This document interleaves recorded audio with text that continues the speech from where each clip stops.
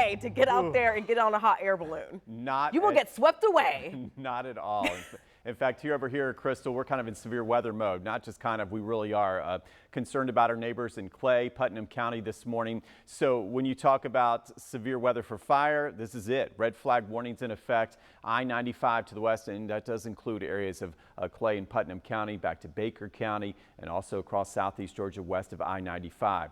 Windy, drier weather mixing in with the record drought, bad combination. So this is from 8 a.m. to 8 p.m. So when you hear red flag warning, okay, it doesn't happen often here. So it just means new wildfires are expected, are imminent. So remind neighbors, no burning. Just one little spark can cause a big wildfire. So again, we're keeping an eye on things, keeping vehicles off dry grass.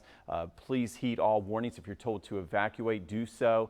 Nothing to mess around with out there for sure. And we'll continue to keep you updated on the fire danger, not just for today, but tomorrow. I think today and tomorrow will be the highest risk of the year so far. And then maybe a break, it looks like a break in some of the wind, and then the humidity will start to come up by midweek. So really tough couple days out there, and then we'll start to see a little bit of improvement, but still with the dry conditions, still some elevated risk out there. So we wake up, it's Patriots Day. All right, so happy Patriots Day, April 20th. A lot of residents, First Coast residents are up in Massachusetts running the Boston Marathon. So we'll be thinking of them. That's my Monday motivation. And if you're running out there this morning, yeah, this is a good time to get it done. We got 60 degrees, feeling much better than yesterday. It was tough. It was a tough run this weekend for me, especially on Saturday morning in that sun. We take a look at the futurecast here. We're talking about the big problem child. There's the northeast wind, 19 at times gusting to 25, 30 miles per hour, and thus the very high fire risk out there. Temperatures cooler, so we're going to dress a little warmer. It's going to feel like spring again.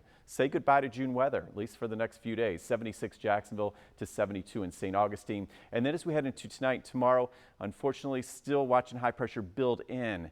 So the air is still being squeezed, unfortunately. We're still going to see some gusty winds at times during the day on Tuesday. We'll wake up with some 40s and 50s, actually a little jacket weather to start. Warmer afternoon, mid 70s to near 80, 83 our warm spot in Lake City. But again, the wind will be an issue, and the dry weather and the low relative humidity. Okay, so as we look at today's highs, we got low 70s at the beaches, near 80 inland, so our warm spots toward Fargo and Waycross. And just a reminder, no burning with that red flag warning. Breezy, cooler day out there, 71, including for sawgrass for that high temperature. Now, tomorrow, fire danger critical, likely another red flag warning, especially inland. Temperatures low to mid 80s. Notice really starting to pop up to near 80 Jacksonville and to the upper 70s at the beaches. And what we're waiting for is to lower some of this fire risk, right? And we're waiting on this high pressure to build a little farther south. And as it does so, it's going to start to shut off the wind in that big pressure gradient. Okay, so that's going to take some time, and that would not be, it looks like, until Wednesday. So your most accurate 7-day forecast. Yes, our weather team showing the next couple days very critical for that fire danger, mid to upper 70s. There's the gusty winds, and then a lighter wind and warming up. And once again, missing out on the rain for most of the week. Maybe a better chance of just some light shower activity on Sunday. And by then, high temperatures back up near 90.